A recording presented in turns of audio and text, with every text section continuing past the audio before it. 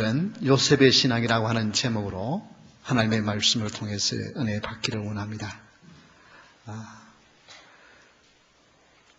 성탄절로부터 4주간 전을 대강절이라 애드벤트라 그렇게 부릅니다. 이 대강절이라는 것은 예수님이 오시기 4주간을 전에 4주간을 이제 말하는데 이때에 참 예수님이 우리를 위해서 이 땅에 오신 그 놀랍고 참 너무나도 큰 이 일을 기쁨으로 감사하면서 믿음으로 준비하는 기간을 말합니다.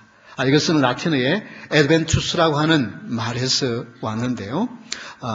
이때는 그 동그란 하완, 아마 이제 우리 오늘 주일 지나고 나면 또 저기도 걸겠죠. 이렇게 보면은 양쪽에 3개씩 그런 거 있잖아요.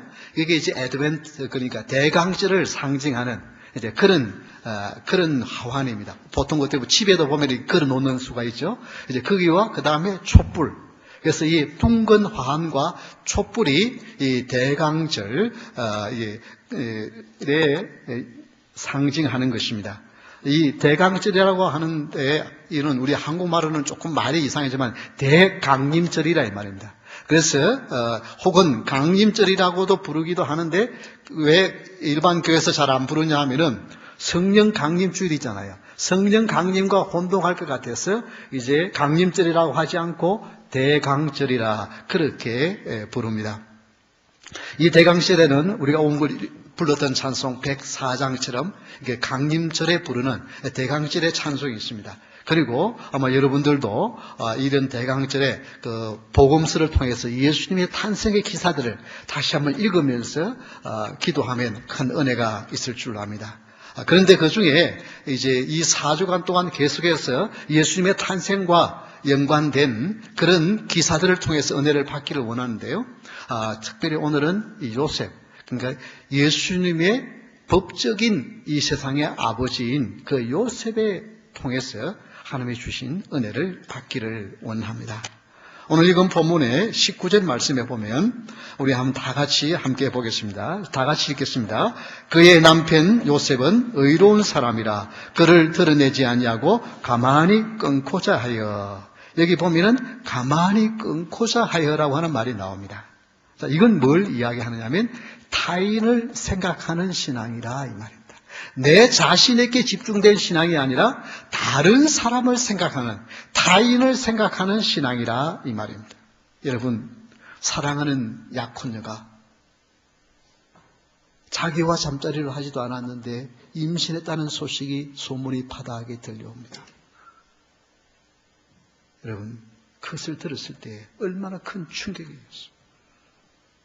충격만 아니라 뭐예요?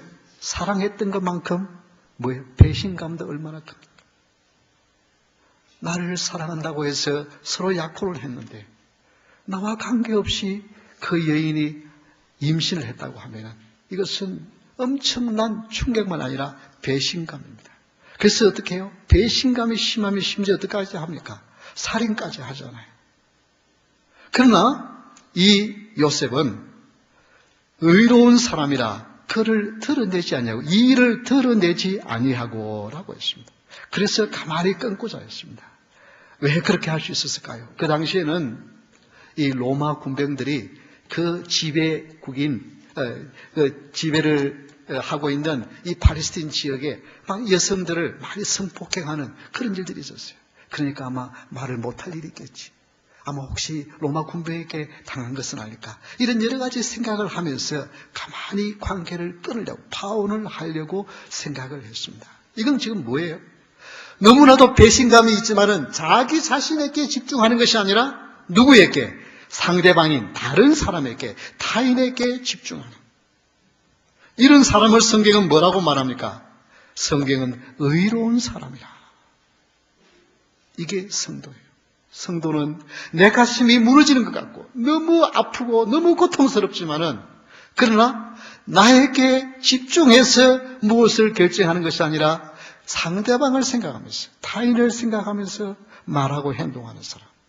이 사람이 성도예요.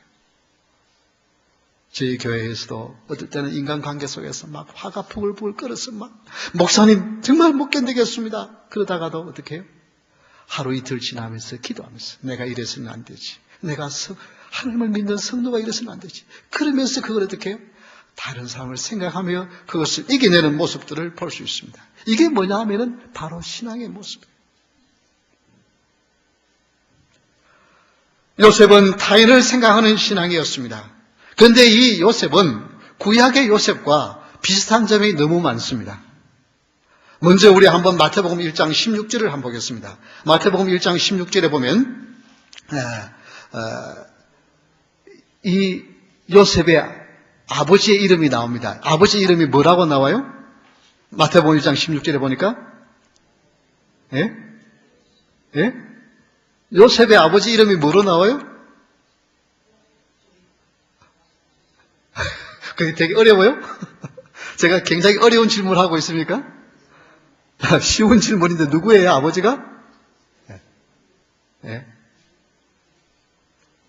제가 꼭 지금 저는 영어를 하고 여러분은 한국말을 듣고 있는 건지, 저는 한국말을 하고 여러분은 영어를 하고 있는지 조금 혼동이 되는데, 네. 16절에 보니까 뭐라고 되어 있어요? 네, 요셉의 아버지가 누구예요? 말 조금 돌려놨다고 그렇게 한 거예요? 네. 야곱은 마리아의 남편 누구를 낳았다고요? 네, 요셉을 낳았으니까 요셉의 아버지가 누구예요? 야곱이죠. 네.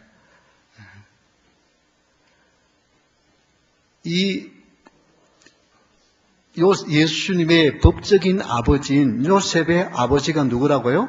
야곱인데 구약의 요셉의 아버지는 누굽니까?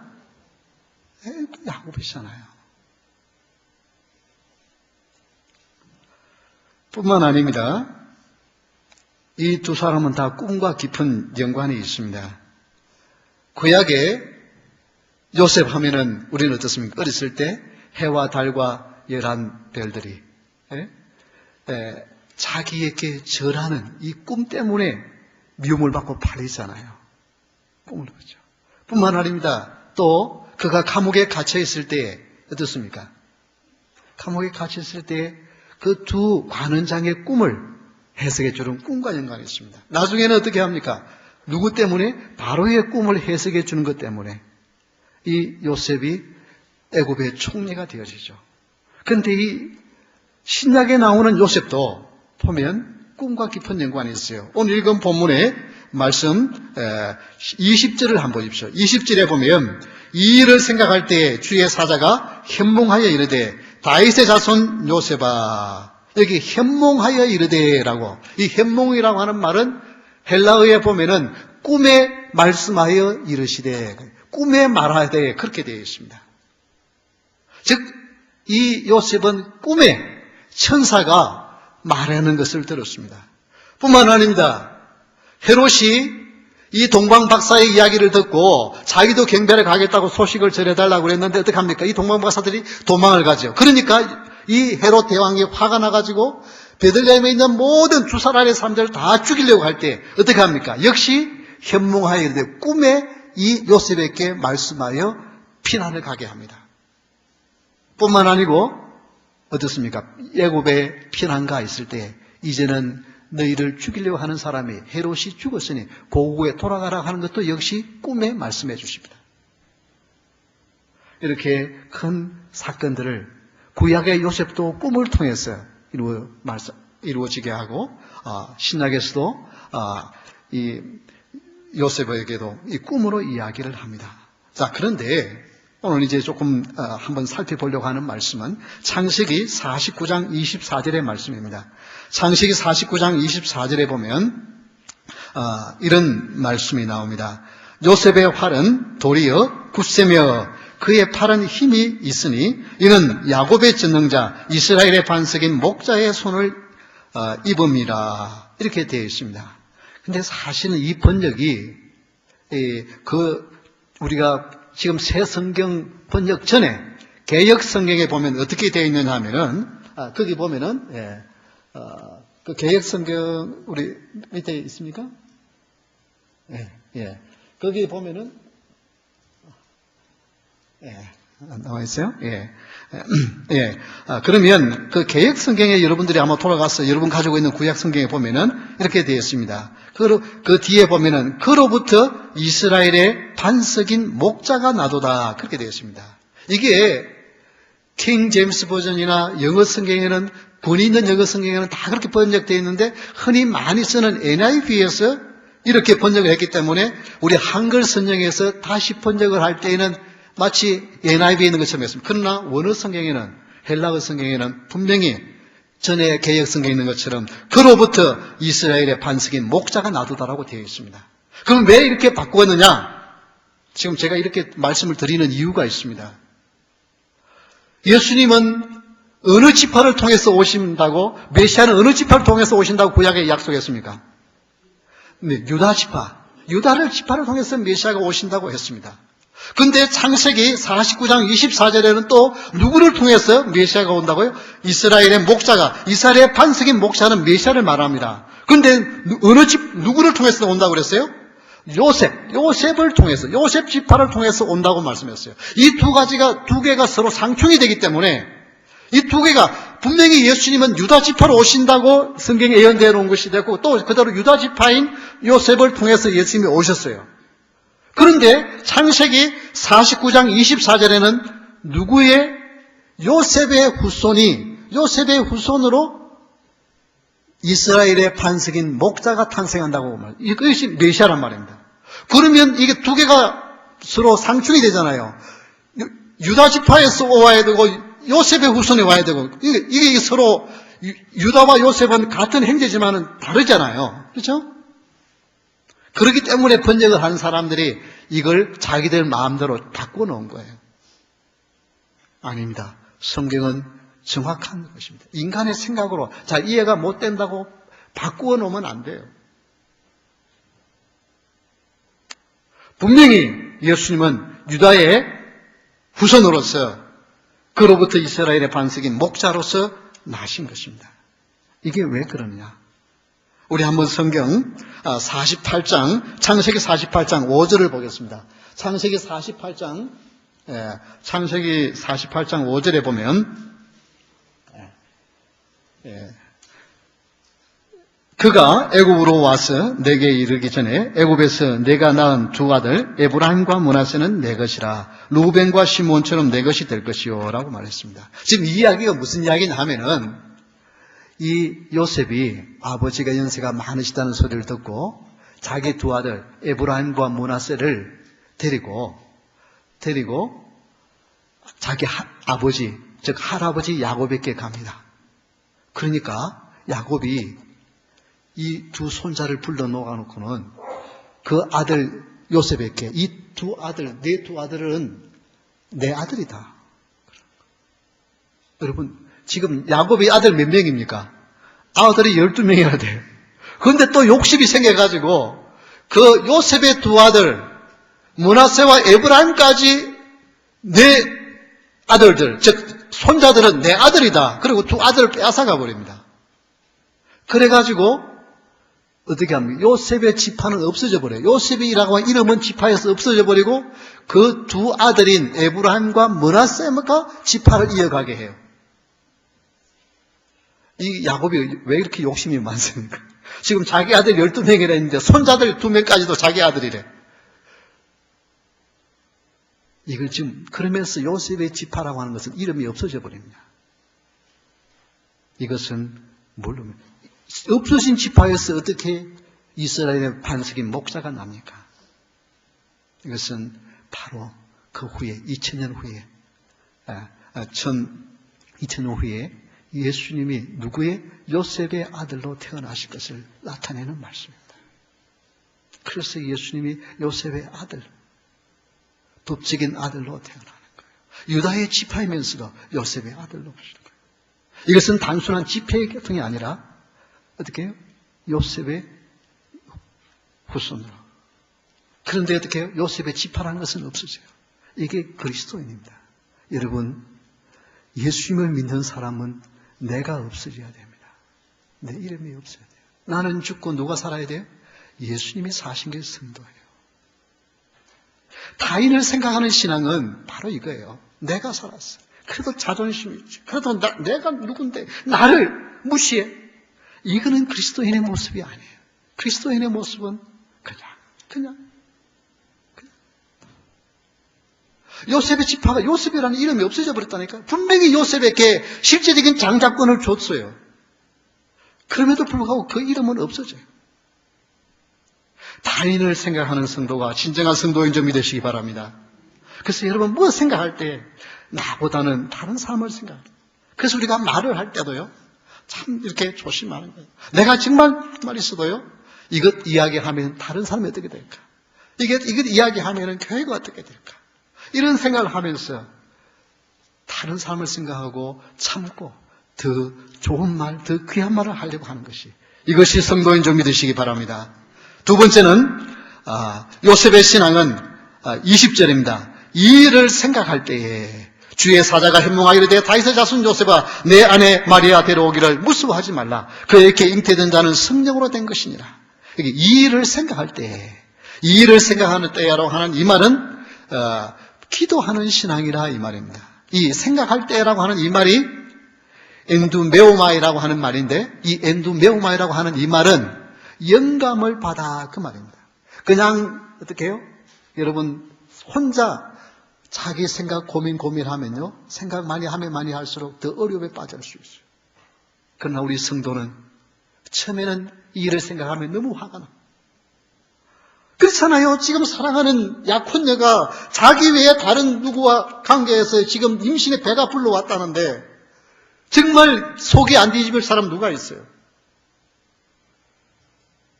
그럼에도 불구하고 이 일을 생각해 보는 거예요. 왜 이런 일이 있을까? 우리 예수님을 믿는 사람에도 처음에 정말 억울한 일을 당하고요, 정말 황당한 일을 당하면 가슴이 부글부글 끓고 가슴이 터지는 것 같아요. 그러나 성도는 거기에 끝나지 않냐고.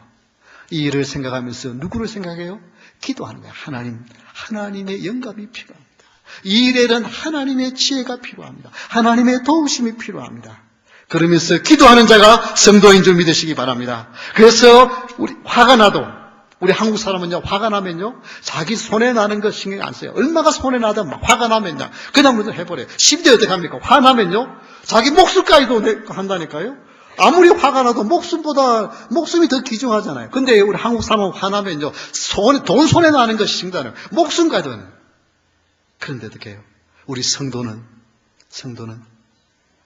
화가 나지만은 기도하면서, 여기 생각할 때라고 하는 말은 분사형으로 쓰여져 있어요. 계속해서 생각해 보는 거예요. 그러면서 어떻게 해요? 처음에는 화가 나서 생각하다가 조금 시간이 지나면서 뭐로 바뀌어요? 기도로 바뀌는 것이 성도인 줄 믿으시기 바랍니다.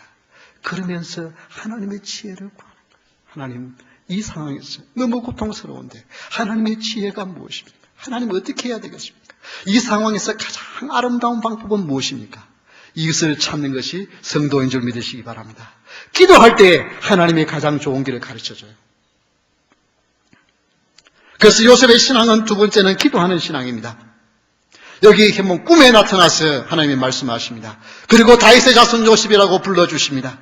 여러분, 기도하고 할 때에 하나님께서 이 어려움은 다윗의 자손 택한 후손이기 때문에, 하나님의 특별히 복을 주실 자이기 때문에 그에게 이 어려움을 주신 것입니다.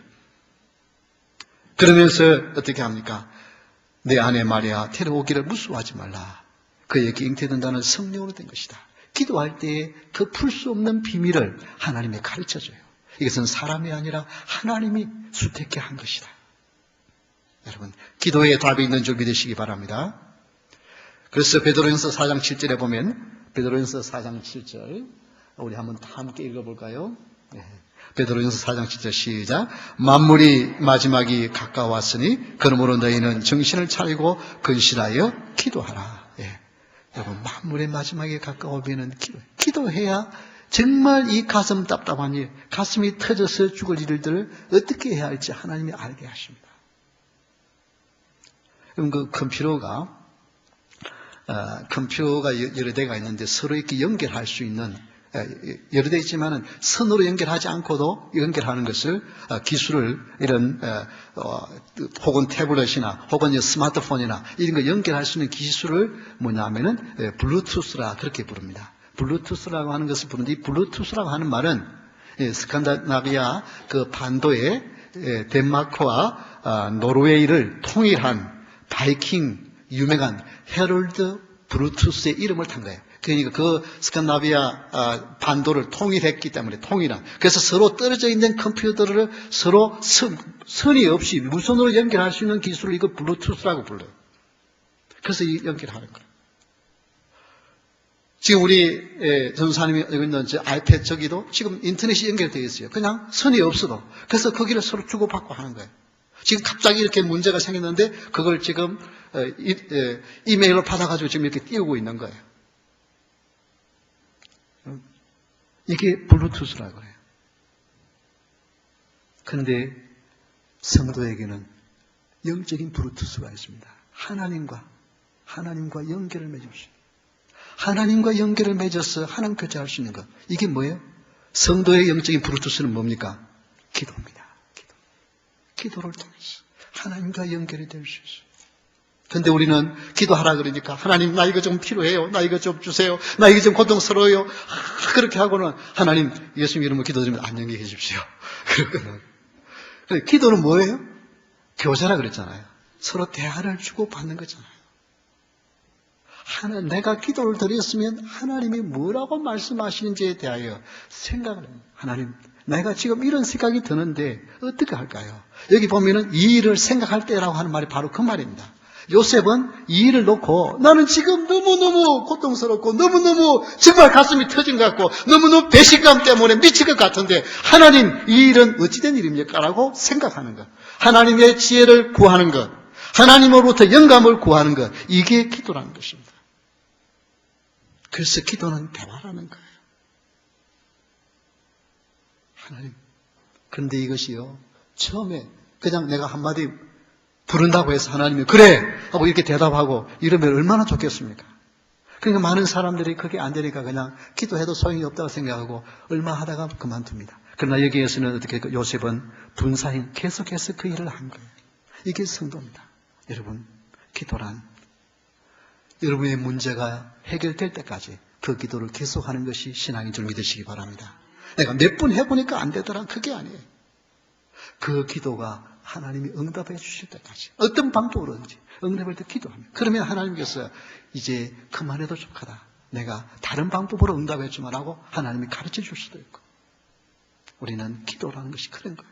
그냥 혼자 하나님 앞에 아뢰는 것만 아니라 하나님과 대화를 나누는 것입니다. 그래서 우리는 일방통행으로 주십시오가 아니라 계속해서 하나님의 가르쳐 주시기를 바라면서 기도하는 자가 성도인 것입니다. 세 번째, 요셉의 신앙은 24절입니다. 요셉이 잠에서 깨어 일어나 주의 사자의 분부대로 행하여 그 아내를 데려왔으나 분부대로 행했다는 뭡니까? 하나님께 순종하는 신앙입니다. 여러분, 잠에서 깨어 일어나 생명력이 있는 신앙은 깨어 일어나는 것입니다. 분부대로 참 중요한 것입니다. 하나님의 명령대로, 하나님의 처방대로, 내 생각대로가 아니라 하나님이 지시하는 방법대로. 정말 내 가슴은 터질 것 같고 정말 나는 내 생각 같아서는 이렇게 해서 상대방을 완전히 매장시키고 싶지만 그러나 그것이 아니라 하나님의 뜻을 찾고 내가 택할 수 없는 그 아내를, 그렇게 임신한 아내를 데리고 오라는 거예요. 여러분, 은혜로운 설교를 들으면 어떻습니까? 우리 입에서 뭐가 나와요? 나도 모르게 아멘. 아멘이 나오죠? 아멘이 나오는데. 우리 한국교회 성도님들은 아멘을 참 잘해요. 아멘. 그런데 그 말씀을 내가 믿습니다. 받아들입니다. 그런데 그것만으로 끝나서는 안 됩니다. 설교 시간에 고개를 끄덕이면서 아멘만으로 끝나는 것이 아니라 그것이 어떻게 해요? 맞는 말씀이면 내 삶을 통해서 뭐래요? 행동으로 나타나는 거예요. 이것이 순종입니다. 그래서 순종은 아멘, 즉 내 마음으로 그것을 받아들입니다. 이해가 되어집니다. 믿습니다. 플러스 뭐예요? 그 말씀 따라 행동하는 거예요. 근데 오늘날 우리는 이 행동이 너무 늦어요. 혹은 행동이 너무 없어요. 그러니까 맹목상으로 들어서 많은 것을 알고 있는데 그래도 그거는 내가 안 돼. 그거는 내가 용서할 수 없어. 그거는 내가 이해할 수 없어. 이것은 하나님의 명령을 순종하지 않는 것입니다. 요셉의 신앙은 하나님께 순종하는 신앙이었습니다. 사무엘상 15장 22절에 보면 사무엘이 이르되 여호와께서 번제와 다른 제사를 그의 목소리를 청종하는 것을 좋아하신 같이 좋아하시겠나이까.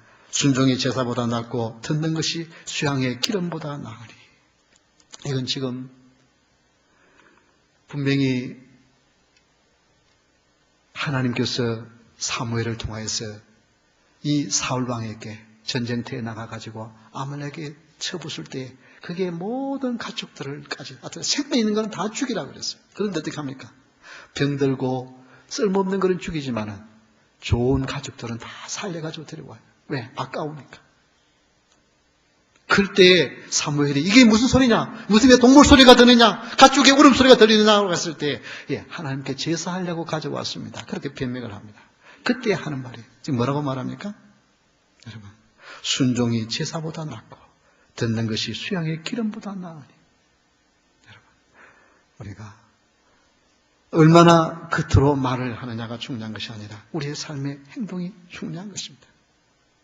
신약에서도 사도행전 5장 32절에 보면 이런 말씀이 나옵니다. 우리 한번 다 같이 한번 읽어볼까요? 사도행전 5장 32절 시작. 우리는 이 일의 증인이요 하나님이 자기에게 순종하는 사람에게 주신 성령도 그러하니라. 여러분, 성령을 어느 때 받느냐 하면은 순종하는 자에게 주신대요.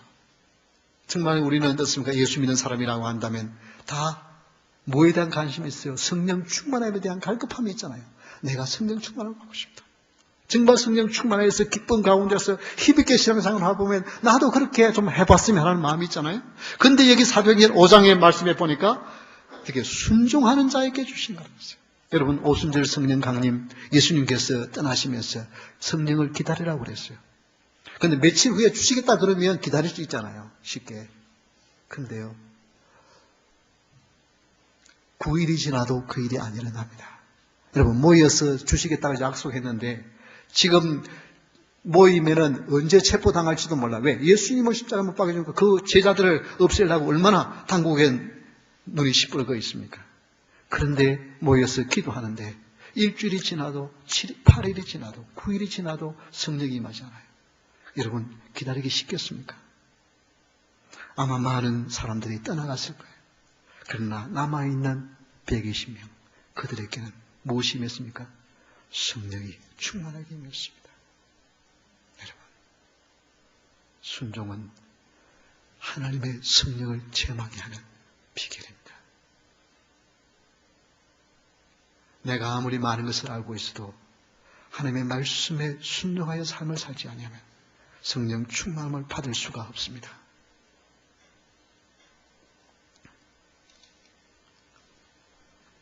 순종하는 자에게 하나님의 약속이 임합니다. 이 요셉은 정말 상상할 수 없는 청천벽력 같은 소식과 일을 당하지만은 그러나 그는 하나님의 말씀에 순종하여 그를 데리고 오니까 어떻게 되었습니까?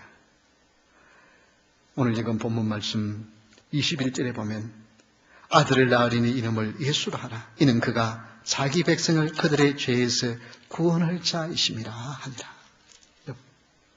그러면서 그 뒤에 말씀 22절에 이 모든 일이 된 것은 주께서 선지자로 하신 말씀을 이루려 하심이니, 선지자로서 약속한 것인데 이것은 이사야 7장 14절의 말씀인데 23절 말씀 우리 다 함께 읽겠습니다.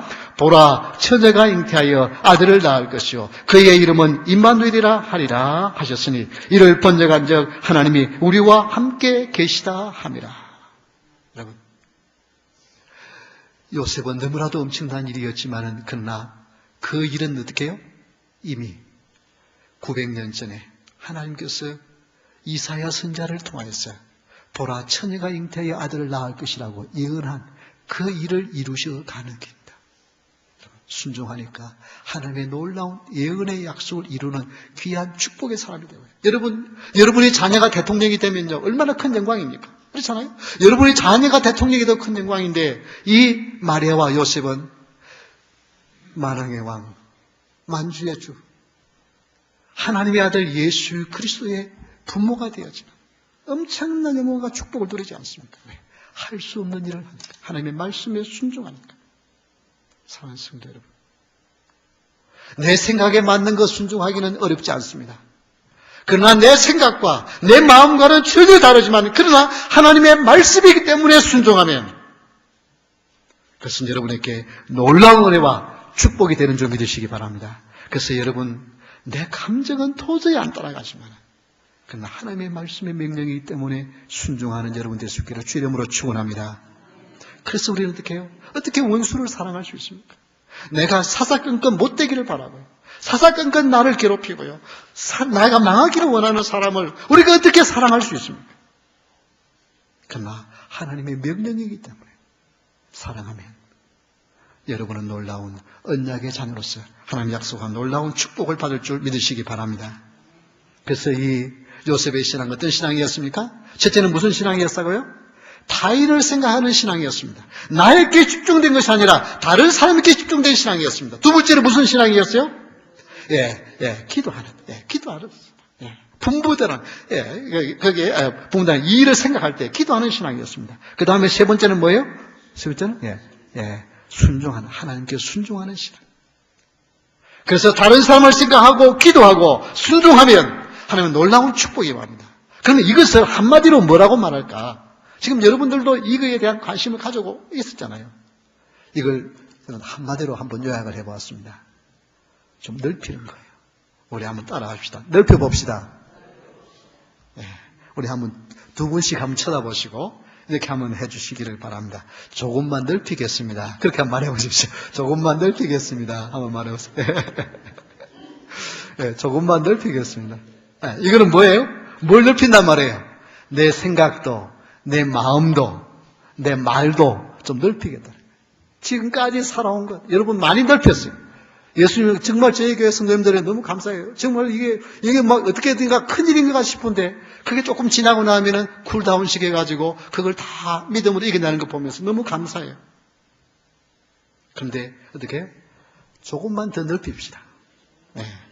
이번에는 이제 내가 넓히겠다고 그랬는데 우리 조금만 넓힙시다. 우리 한번 서로 한번 이야기해 보시죠. 우리 조금만 넓힙시다. 이게 우리 성도. 누구 때문에? 주님 때문에. 주님이 그렇게 하셨어요. 여러분, 예수님이, 이 요셉이 무슨 대단한 사람이 아니라 뭐예요? 우리를 위해서 이 땅에 오시고 원수를 향하여 오히려 축복하시는 그 예수님의 그 축복 때문에 이런 사람이 나올 수 있었고요.